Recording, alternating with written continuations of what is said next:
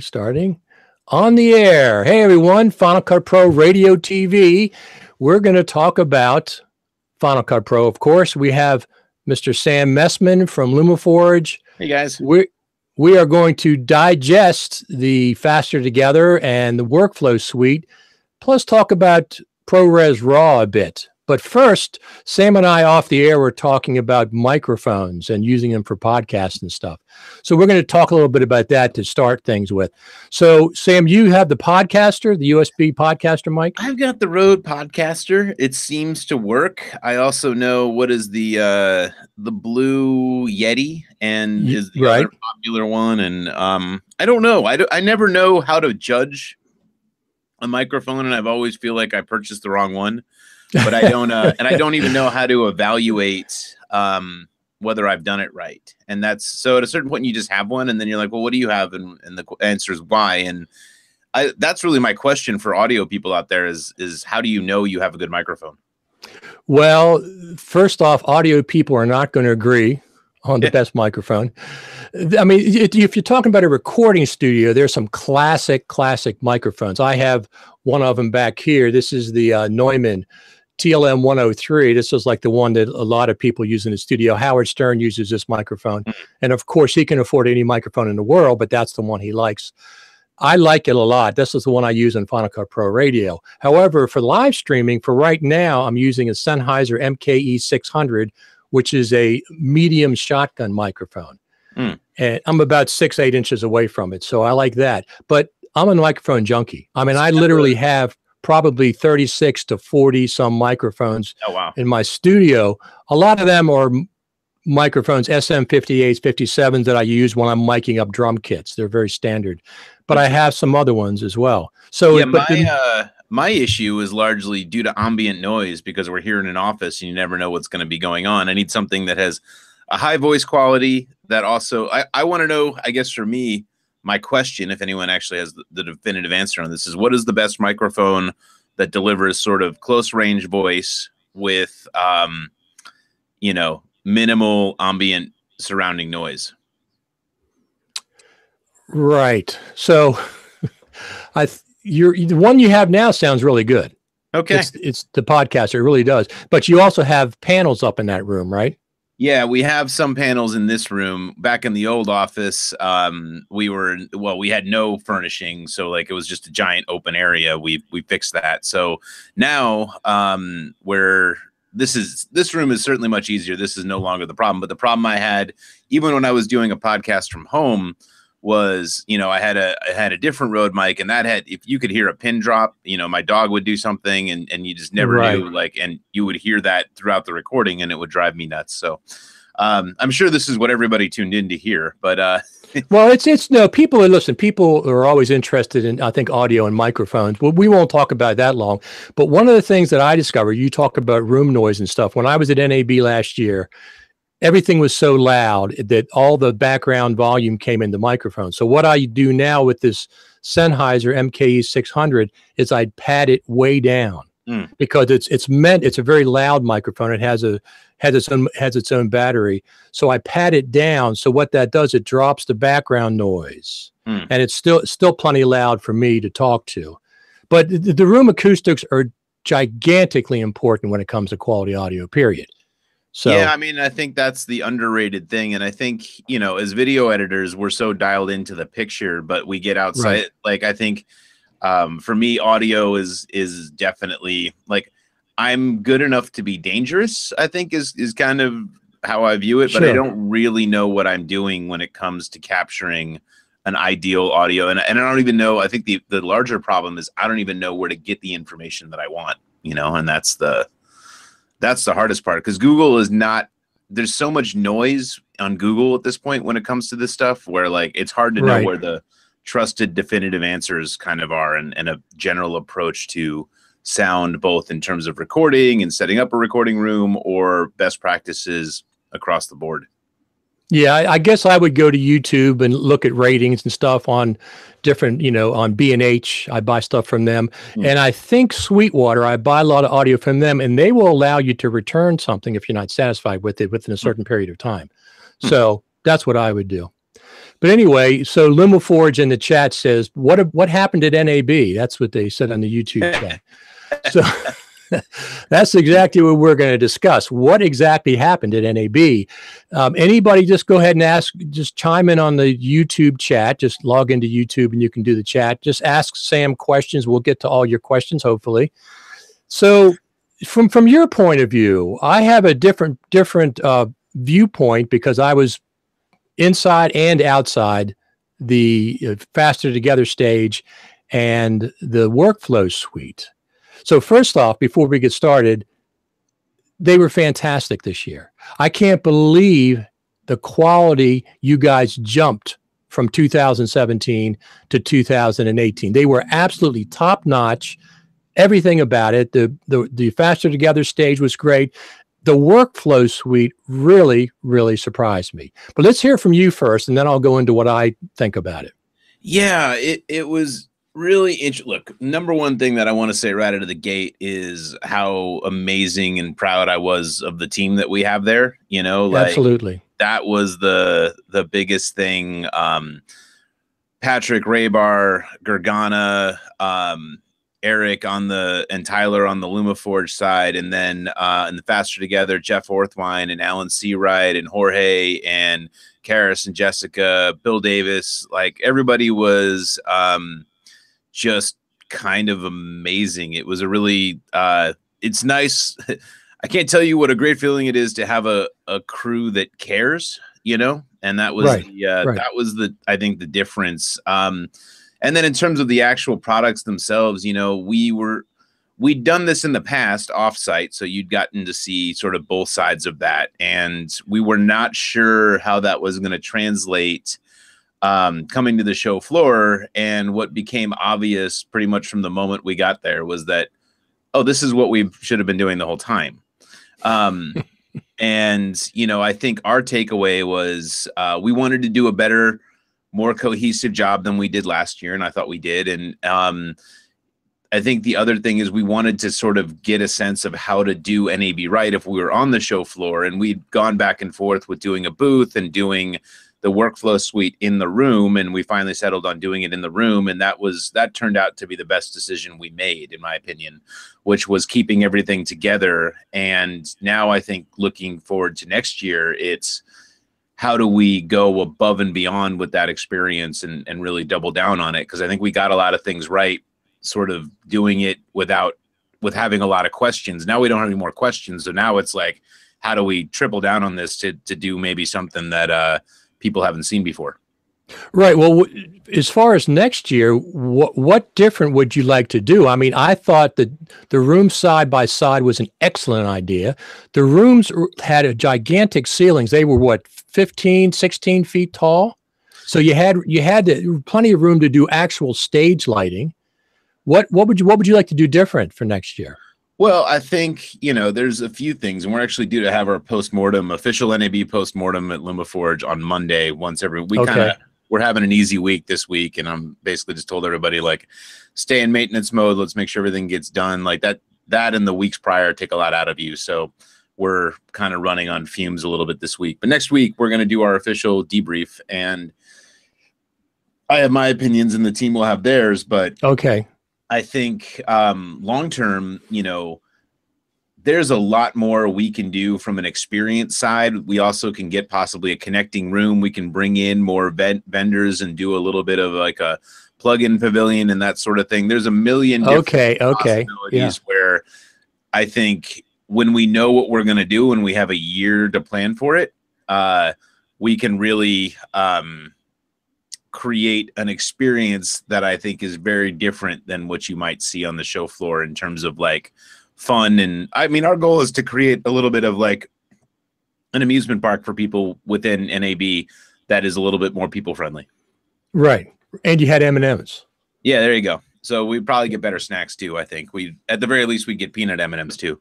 There you go. That was sorely missed. Yeah. But, you know, I think, look, I was beyond proud of what the team accomplished with the resources that it had to do it, and the feedback we got pretty much across the board was better than we could have hoped for. So, you know, I think like we're on to something, and now it's a question of like, now that we know that this is a thing, how does this evolve into something larger? And that's really what our eye is on. And we also want everybody's feedback who was there, which is how do we do things better and make everyone's experience more fun? You know, I mean, that's really our goal at NAB, is to make sure everyone has a good time. We think that's the best way to do business. So, you know, that is really our priority, in addition to building a larger educational community around not only our product, but on, you know, for the type of work that people are doing, which is what Faster Together is all about. Exactly. So Faster Together, like I said, instead of being in a hotel room like it was, not like hotel place like it was last year, you were like in a mini auditorium. You had, like I said, high ceilings. You had a stage. You had lighting. You had, the audience was dark. The stage was lit. You had a control area where Jeffrey and Patrick were, and Bill Davis. You know, it's like being in a small concert room, which was really good. The main thing is stay in those rooms. Whatever you do, stay in those private rooms. Because I went by the Adobe booth, which was out in the open, and yeah, they had a lot of seats, but it's just chaotic. People walking by, people coming and going and stuff. So the best thing is it felt a little bit, I mean, I think the number one thing we did right was providing something for people to get off the show floor, to get out of the chaos, you know? Right. And that's the thing I think we'd want to just double down on, which is to give people literally just a safe place to get off the floor and come do what they want to do. And, you know, and also get a conversation, be able to not feel guilty about sitting in a chair for a little while, you know, like all of these things that are really hard to do when you're going up and down the show floor. In our place, you're actually invited to do that. Yeah, exactly. So that's one of the differences this year versus last year. The workflow suite was right next door. And the workflow suite, besides having jellyfishes and share stations set up and being able to explain to potential clients how those different things work, it was a place where people came and just hung out. There was tables there. You could bring your lunch in there if you wanted to sit down and relax. There was bowls and M&Ms on each table, but everybody came in there. I mean, Steve Martin came in there. Michael Kamas came in there. Philip and Greg, of course, were there. Serena Catania came in. Scott Simmons came in. All these people that you see online came in there to just relax and talk to other people. Of course, any speaker that was next door at the Faster Together stage, when they're done, they could come out and hang out and answer questions, which they did. Well, and this is, I mean, look, I think the reason people come to NAB is like, at a certain point, you can find out about all the new products on the internet. You know, our announcements, other people's announcements, all of that stuff, you're going to be able to find either at the show or shortly thereafter. So what are people really looking for when they come to NAB? It's the opportunity to meet people they wouldn't get to meet otherwise, have conversations they'd never be able to have otherwise, connect with the community that's worldwide and everyone meets in the same place, and you can have interactions. So for us, we wanted to provide something on the show floor where people could do that, but then also participate in all the events outside the show floor. So we were at the Guru Gathering, Colorist Mixer, Super Meet, and then we threw our party on Wednesday night, because like that's really why we go. We don't go. I feel like NAB's gotten very transactional and very corporate, and I don't really think people enjoy that.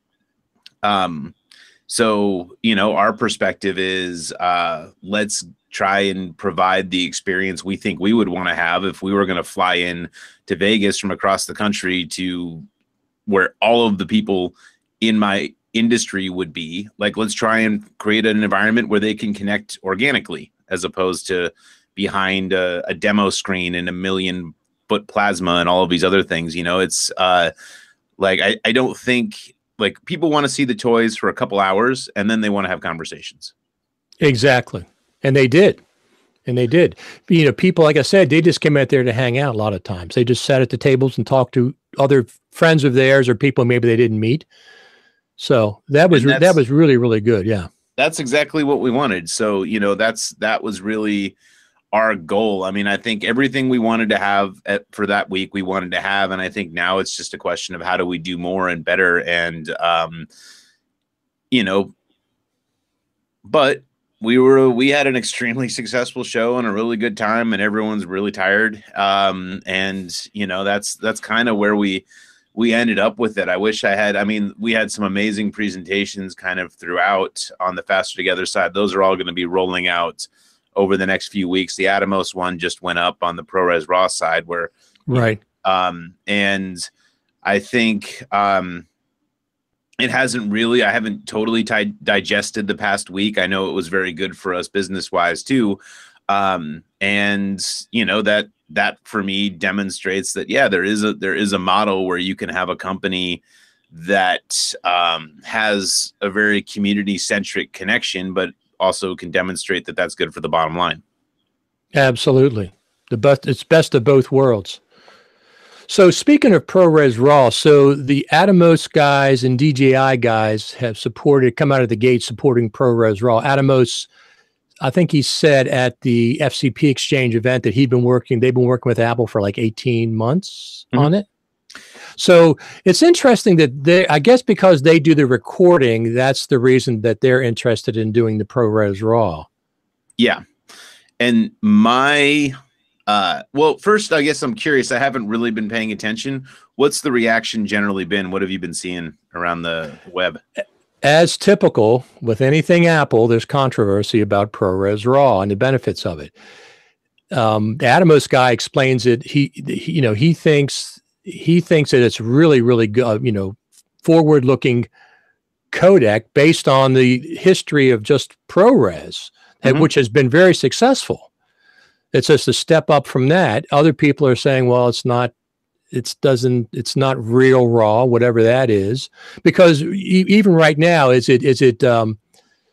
what is the main one? Is something DMG? Cinema DNG. That's first off, that's compressed. Okay. Just like ProRes Raw is. And it also is not a video codec. It's not a video format. It's an image format. Yeah. So that's kind of the standard, I guess, right now. So based on what ProRes has already accomplished in the marketplace, it might have got the same kind of criticism as ProRes Raw is getting. I'm curious. I mean, we have to wait, I guess, to see exactly what's going on.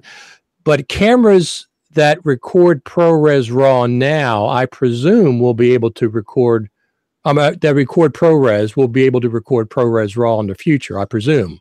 Internally, I think so. So what was interesting, I think they had Panasonic, Canon, and was it Sony was the other one? That was the other partner. Could have been. Here's what's interesting, right? From my perspective, from an editorial perspective, all of these cameras, especially Canon and Panasonic, have these horrendous codecs that they record in their original formats. And so having a ProRes standard for original media that you can record to, I can't see how anyone could argue that this would be worse than what we had already. Yeah, I don't think they're saying it's worse. I just think people, some people are just, I don't want to say anti-Apple, but they're not fans of Apple for whatever reason. So anytime Apple does something that's a little different, they have a tendency to a knee-jerk reaction to criticize it. Fine. I think what I'm more interested in, though, is like to really point by point address some of the concerns and let's really go through it versus the existing state of the industry. Because if you had a Canon C300, you can make an amazing image with that camera, but you were not going to get it in a raw log format, and you certainly weren't going to get something that behaved in any way that made you happy with Final Cut. Right. You would not get anywhere near what the HEVC or XAVC or whatever I think it's XAVC for, they're just awful codecs. The Panasonic what was that camera they had? The GH100 or whatever it was. That had the world's worst editing codec. And the idea now that I can get a raw ProRes image, even if it's not red raw style, but it's such a step up, and the codec fidelity, and it seems that it's a lot more streamlined and efficient. Like, this seems like a giant move forward. My curiosity is going to be whether you can do ProRes RAW with iPhone soon, or some of these things. And that's where, that's what I want to know, is whether I can get an iPhone X to shoot some ProRes RAW and bring that into Final Cut. Well, that would be amazing, but I'm not sure if that's. I think I'm just from the outside. I think you have to have a camera that already shoots ProRes. It seems. I don't know. because there's a data rate issue and there's a file size. I mean, ProRes RAW. If you're using a Shogun Atomos or whatever it is, and you maybe have a way to hook an iPhone to an Atomos product, whether that's going. I mean, that's where I see some of this headed. Is you know, this flexibility. Because the other issue that you have with a lot of these cameras, for instance, the Canon C300, is you're going to bake in a LUT into your image, essentially, and bake in a curve. Whereas with this, you're going to get a log format off of a camera that you couldn't get a log format off of, which adds a ton of flexibility and color correction. And it can allow to fix a lot of mistakes. It gives you a lot more leeway that you don't need to use, but you can. And that being able to, you shouldn't need to do a lot of that stuff. But the fact that you can, I've worked in a lot of environments where you can't undo what was done on set, and and I have to use it. I haven't used it yet, so I haven't done They've been doing something good for years and years. So basically, when you record, when you have access to the raw information, some of the processing is done now in the computer rather than by the camera. Mm-hmm. You're getting the raw image of the sensor, which is not what we're used to seeing without some kind of processing. Yeah, and I want to, I mean, for me, now I want to get hands-on with it, and I want to see how that holds up, how some of these LUTs incorporate, and what some of this looks like. But it opens up the types of workflows that you might only see on ARRI cameras and things along those lines now for far less expensive cameras. So for me, this is about democratizing a studio style workflow, and that's exciting to me. Oh, absolutely. Absolutely. I think I heard the Atomos guy, I've been watching some of his interviews, and I think right now they require a camera that has SDI out in order to do ProRes RAW. My guess is eventually that will natively change, and they'll be working with camera manufacturers to build that in as a new standard. But if you compare that versus existing ProRes standards, or versus, I mean, really versus like what DNX or any of these things having this flexibility now, is like, can only be described as better than what you had. Right. So, absolutely. So like, whether Apple only released a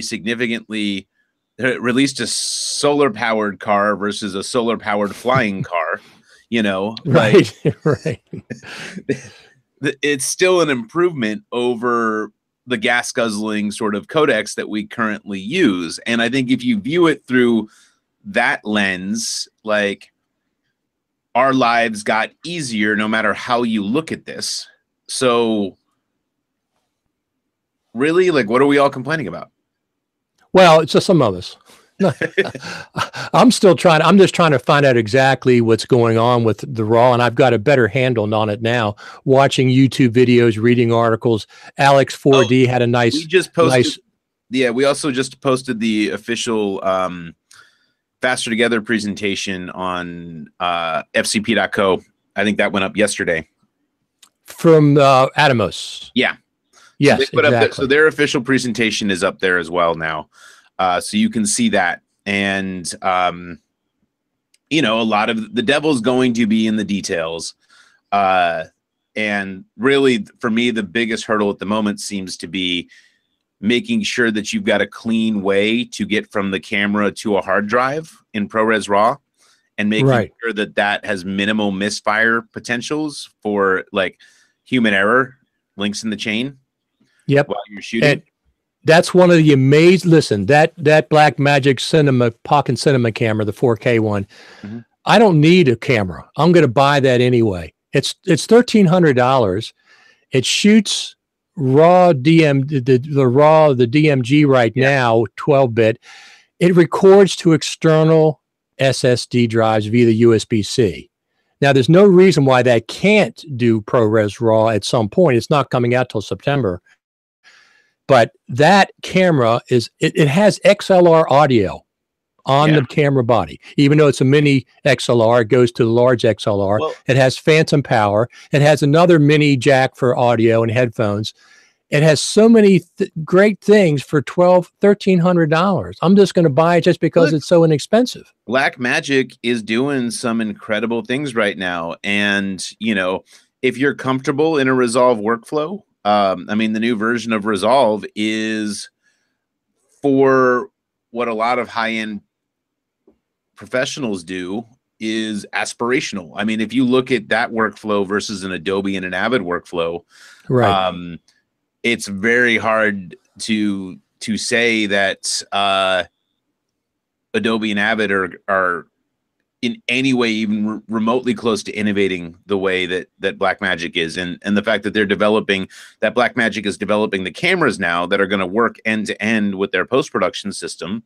Like, they're developing what Apple used to do, which is a closed ecosystem for camera through software all the way through that is designed to work together. Now, that said, if people ask me what am I still going to edit with, it's still going to be Final Cut, and I can give you a long essay as to why that would be. But I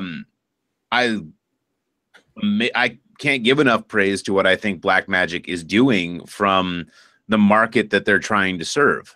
And they are making it very easy for you to live in an entirely Blackmagic ecosystem where, you know, from start to finish, it all just works together. Now, whether those buttons all connect and all of these things and how intuitive and easy to pick up it is, that's a separate conversation. But for established professionals in a track-based environment who are used to Avid and Premiere, like, I don't know how you can't give what Blackmagic's doing a look at this point. Oh, it's absolutely. Especially the free version is almost as, you know, it's almost as good as the studio version. Yeah. And the studio version is only $299, and it comes free with the Blackmagic Cinema camera, 4K 100%. Camera. So yeah, it's amazing. It's amazing what they're doing. So, you know, they were clearly the talk of the show, in my opinion, along with ProRes RAW. Those were, I would say, the two big announcements that I heard coming out. I don't know if you saw anything else. No, I was more interested in Final Cut Pro related stuff, but, you know, once again, you got your studios, your suites were on the same floor as Adobe and Blackmagic. Now, a lot of people were not excited about the Apple update and announcements in terms of, unless you were the person who those things were designed for. So if you do closed captions and some of these other things, and you have deliveries, this was something that was a dedicated pro feature. In my opinion, this also was a bit of an in-between step because they did the big release in December, and now they're this was just the thing to have for NAB. Yes. And so they did, but it is a really nice set of pro features for captions where this used to be I can tell you this was a gigantic hole in the Mac platform. If you needed to do a lot of this stuff or deliver for social media or YouTube and that sort of thing, this was excruciating to try and accomplish, to deliver this way. So for people who know why they needed it, this is a big benefit. No, it absolutely was. And one of the big benefits is Apple has now giving us features on a dot release. Mm-hmm. Okay, they haven't done that for 2 iterations from 10.2 to 10.3. They were just bug fixes they gave us. This time they gave us bug fixes. Plus the other feature that they incorporated was the roles now are reflected in the share menu. Before they weren't. They were only reflected in the timeline playback, which I thought was kind of ridiculous. So the world that's, I mean, it's becoming very clear, in my opinion, that while Hollywood may be doing one thing, if you are reading the tea leaves, we are quickly entering either a Blackmagic free then paid version or iMovie than Final Cut world, where people are going to pick a certain modality that suits them for various reasons. And that's how the widest amount of people is going to be learning over the next few years. And this is where I think whatever we're seeing between Adobe and Avid and Blackmagic, I think is, you know, I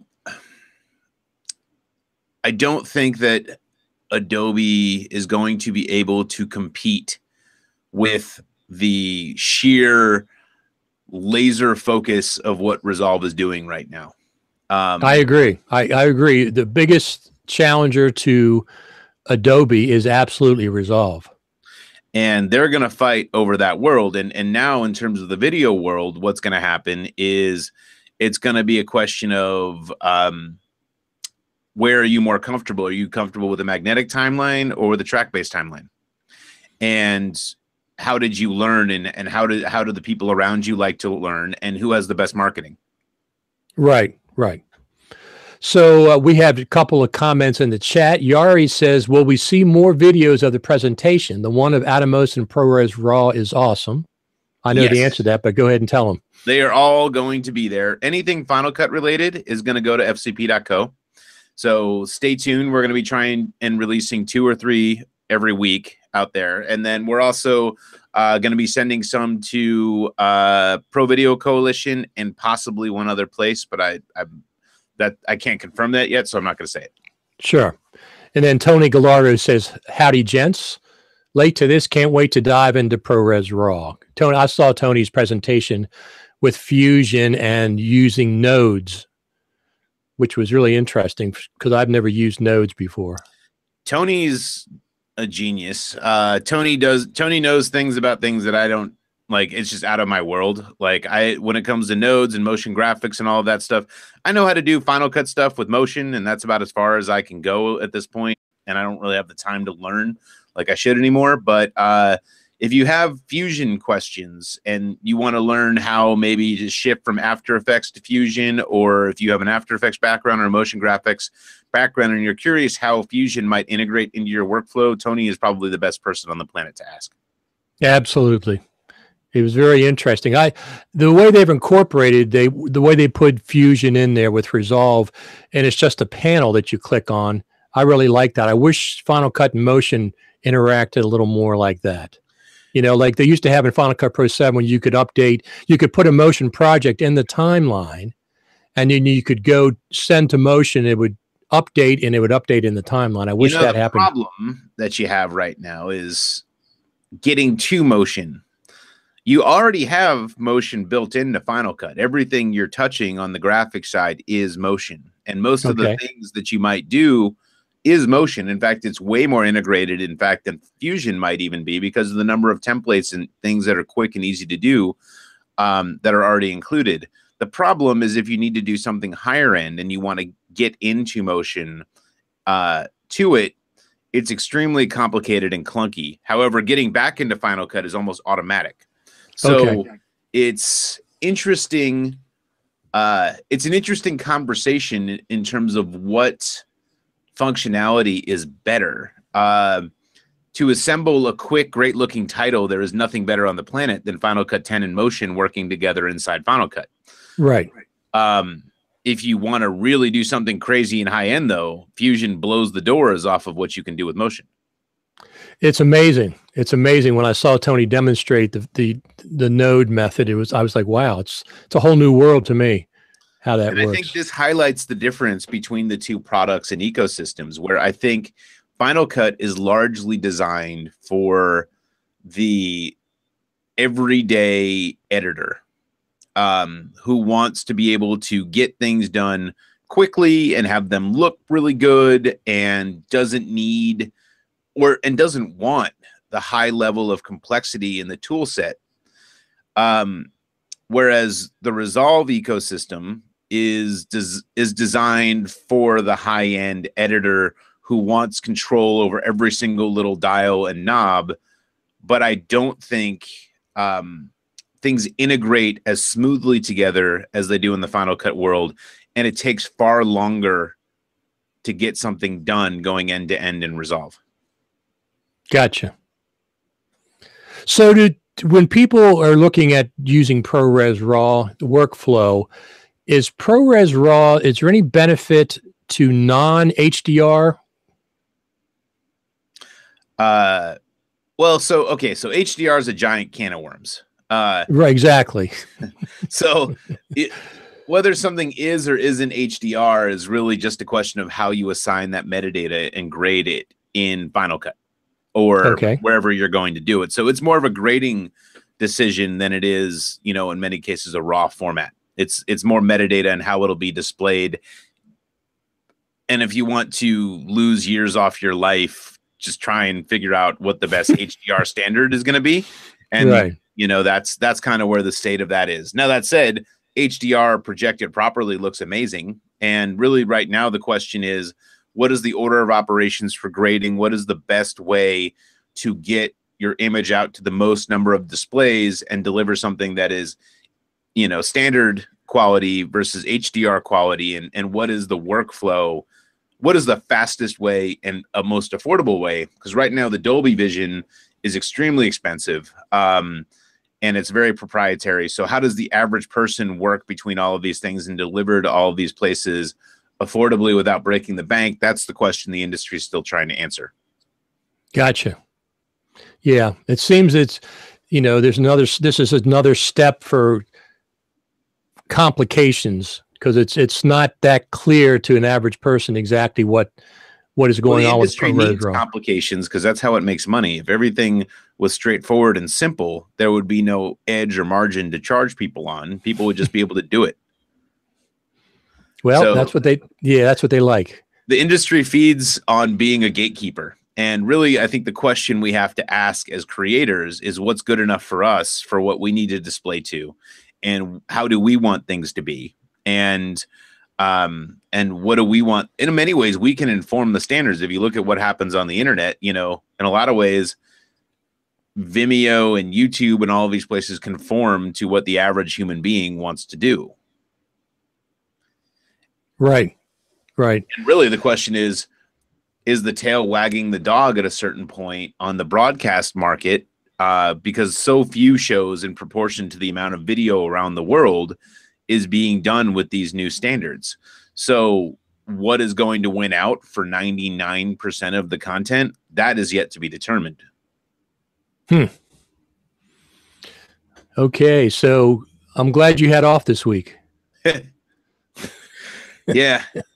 It's I don't know. The world is every time you think things are going to settle down, they get more complicated. And that's kind of like you thought 3D was complicated, but then HDR with the 90 formats and metadata tags and teaching all of these things to different people. I mean, my perspective is a little bit different than a lot of other people's. I kind of think about how the top 85% of the population is going to work. Whereas I think most people think about the top 15%, you know, and it's very different. The two perspectives are extremely different, because for the top 15%, it's what is the absolute highest quality, biggest ROI, whereas 85% of the population has absolutely no idea how to do anything at even a C level when it comes to outputting video. Well, yeah, I see that on YouTube all the time.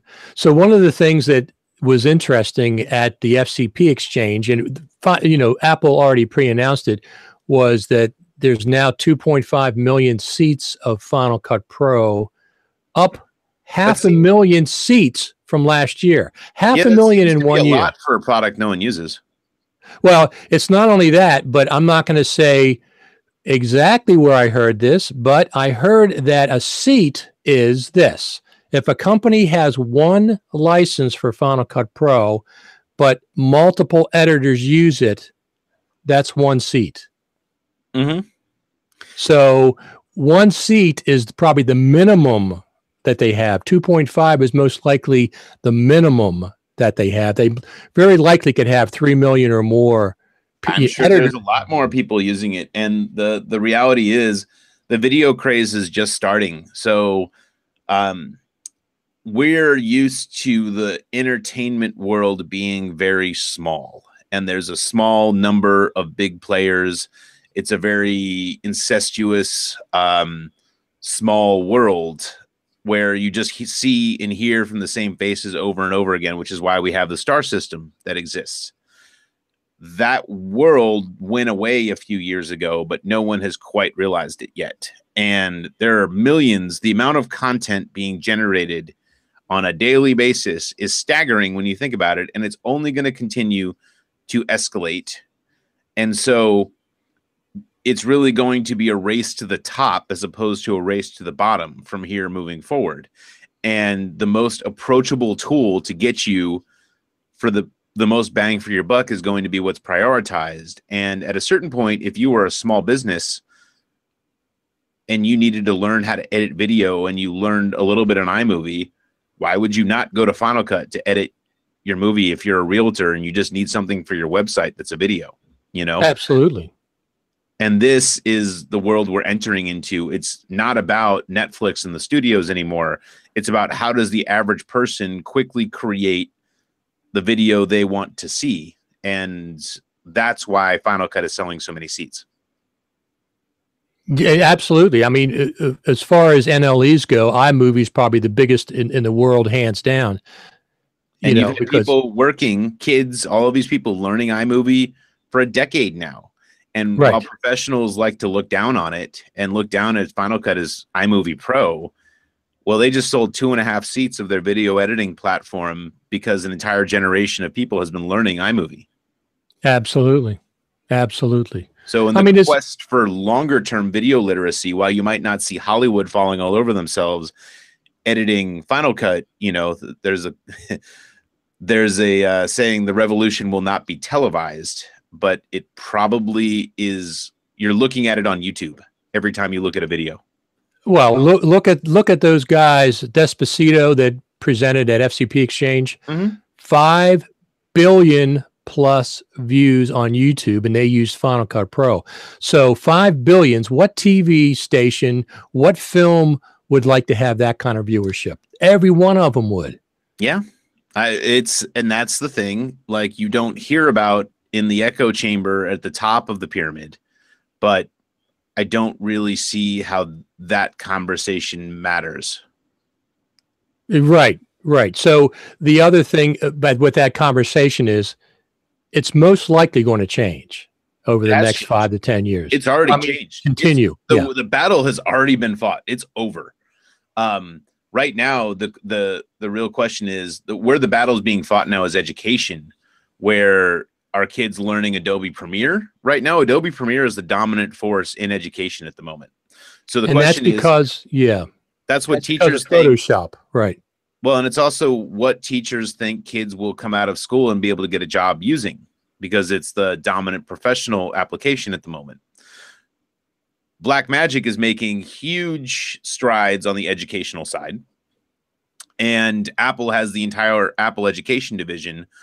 The main thing that if you see what Apple's doing, video is becoming a priority for them again, because if they want to differentiate iPads from Chromebooks for the average kid, what's the only thing that differentiates an iPad from a Chromebook at this point?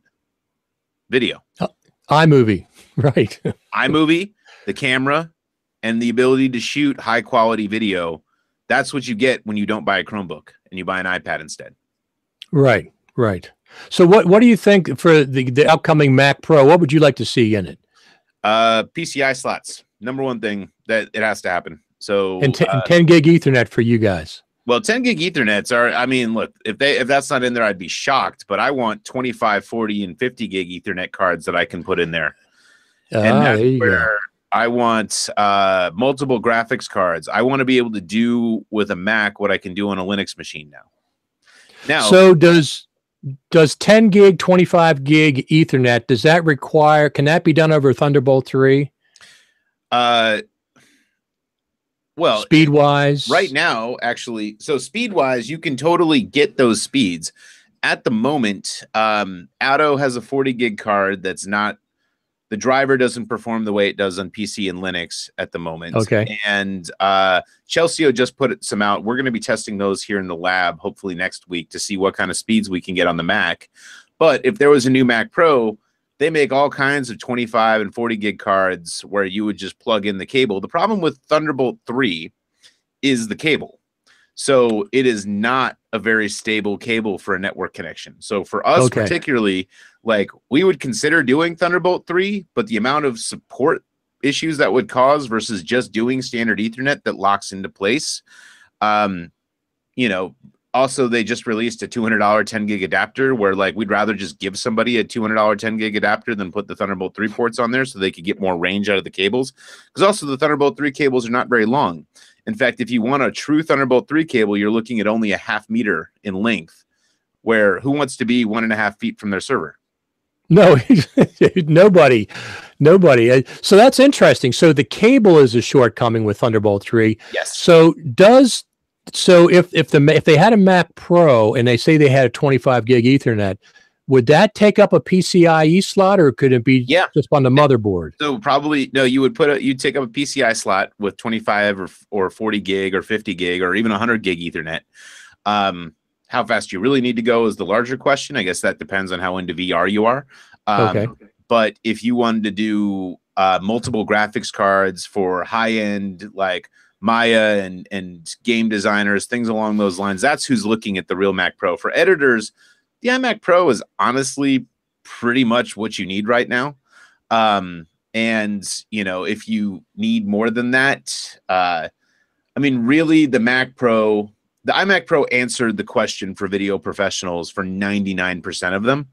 The Mac Pro will answer things for people who are doing off the charts type things. And that's where multiple graphics cards, the eGPU is not optimized in a way that putting graphics cards in multiple by 16 slots would be. Right. But I didn't get the iMac Pro. I got a 2017 iMac to tie me over until the Mac Pro comes out. Then I'll compare one or the other, and I'll buy one or the other. Look, the current iMac, for what most editors do, like not even the iMac Pro, but the current iMac is fantastic. Like, it is an amazing machine for most people, and that's really all they need. I think unless you're bumping up against major problems turning out video, you don't need an iMac Pro, and you certainly don't need a Mac Pro at this point. It's really a badge of honor, you know, but it's not going to make you work all that much faster versus the existing iMac for 95% of the editors. The iMac Pro is amazing if you're doing a lot of Red Raw, and it's amazing if you're doing certain other things in higher resolutions. But and the Mac Pro will allow you to do even more, but these are for super high-end professionals who know why they need this. And that's where, or if you have a lot of monitors or you're doing like really complicated things, like that's who it's for. People like us, you know, for the most part, who are turning out even standard 4K video content. It's nice, but it's not required. So that's interesting. Standard 4K. When did you ever think that would be? You'd say that. I know, right? But the 5K iMac is great for it. The Retina iMac is absolutely a beautiful machine. The other thing about the Mac Pro is it's also for people who like to tinker with their computers, because the old Mac Pro was fantastic for that. The cheese grater was fantastic for swapping out cards and putting in SSDs. Yeah, I got one downstairs as well in the studio. And I think for people who want something modular too, I think the Mac Pro is going to be really useful. So that's where, and I think people want something that's upgradable the way their PCs are, where they can buy it and keep it the way they have their Mac Pro. And I think it would be in Apple's best interest always to give the customer what they want. Yes. Well, I'm glad they're paying attention to the pros on the hardware side again. It's they had a little gap there, but they've come back around to that. So, and I think, look, I don't think they're going to sell a ton of them, but I think what it's going to do is get their reputation back, which will help with the rest of their line. So the Mac Pro will be there. They're not going to sell a crazy number of them, but they don't have to. That's not why they need to make it. Right. I might buy one. I'll have to see what the price point is and what it offers we'll over get the one iMac here Pro. just to have a toy to play with and, see how far we can push it so we can tell our customers how far they can push it. But, right. We, for the work that we do, turning out the case studies and the videos and even like pilots or features or shorts, that we do, we make movies. I don't need it. The iMac Pro is great. I want it just because I want it. But, right. I don't need it. Well, when the iMac Pro comes out, they've already announced, when the Mac Pro comes out in 2019, they'll probably have a second generation iMac Pro at that point. So it's really going to be difficult. It's going to be very difficult to decide between those two. I think it'll be really a question of whether you want to use PCI slots and you want something modular. That's what I hope it's going to be. Or you just want a crazy fast iMac Pro that'll do whatever you need it to do. And with a beautiful screen, which the Mac Pro does not have. And so that's going to be what the interesting question is. The other question is whether they're going to revive the cinema display. Well, they omitted that with this latest announcement, didn't they? They announced it originally. They said there's a Pro display, but they avoid saying anything about it this last time. So I suspect maybe that's not in the cards. I don't really care. I'm not going to buy one of those. Yeah, who knows? There's some great monitors on the market, but there's so many good monitors that it's not a problem I feel like Apple needs to solve. I agree with you 100%. Absolutely. So I'm not going to go through all the entire list of people you had it faster together, but what did you think about Michael Cioni? He was fantastic. I thought, it was nice. Like, he so clearly still has it. You know what I mean? It's oh yeah, absolutely. He's a great presenter. And what I like about Michael is that he clearly enjoys presenting as he's doing it. And it's sort of infectious, and the entire room was with him the whole way. And I wish more presenters would bring that sense of fun and sort of innovation to take more risks during their presentations. I think that's the thing that separates him from most presenters is he is completely unafraid to take a risk. Well, and plus, I don't even know, does he have writers? Because it was a extremely funny presentation with the Twitter feed live and stuff. Just how he is. It's fantastic. It's just so entertaining on its own, let alone the information he given us. Yeah. It was my favorite presentation, and I loved everybody presentations, but it was, and it was also, he took a topic that no one cared about, 8K, and he made me care. Right. I don't know if you saw, I did a video looking for Faster Together, and I started at the Black Magic and then came all the way through the convention center until I got to your rooms 112 and 113. But right before you got to those rooms, there was a sign that was pointed toward the rooms that said 8K. You have to watch that video. There was somebody up there that had 8K, and they had a sign pointed towards your side of the rooms. Just happened to be there. Yeah, I caught it. I haven't really gotten, it's so not on our radar, and it's not on our customers' radar right now. Right. But for the work he does, it makes total sense. And we have people who are shooting 8K. They're not using it, but it's, I think his perspective on it is that you can, so why not? Right. And he proved it's mathematically absolutely possible.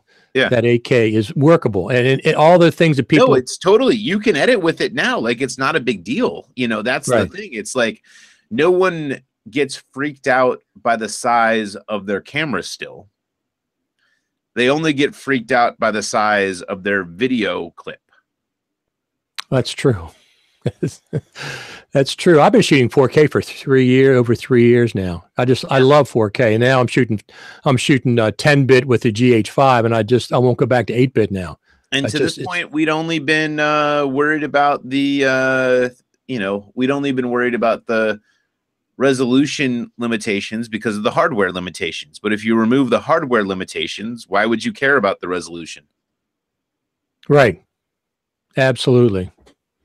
So when things become affordable enough to store, and you get maybe an efficient codec like ProRes RAW and things like that, and suddenly you're shooting 8K because you can, and you have these super fast drives that are just designed to handle it, and space is not at a premium, 8K is not really that big a deal when you think about it. So why not? No, absolutely.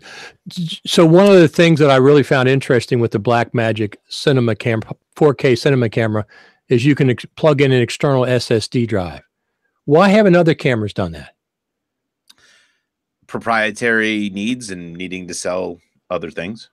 Well, that's what I'm saying. I mean, you can get a 2 terabyte Samsung SSD, which is tiny, and you got 2 terabytes. You plug it in; it's not that big a deal. You just take a cable and plug it in, and you got, instead of using those proprietary cards.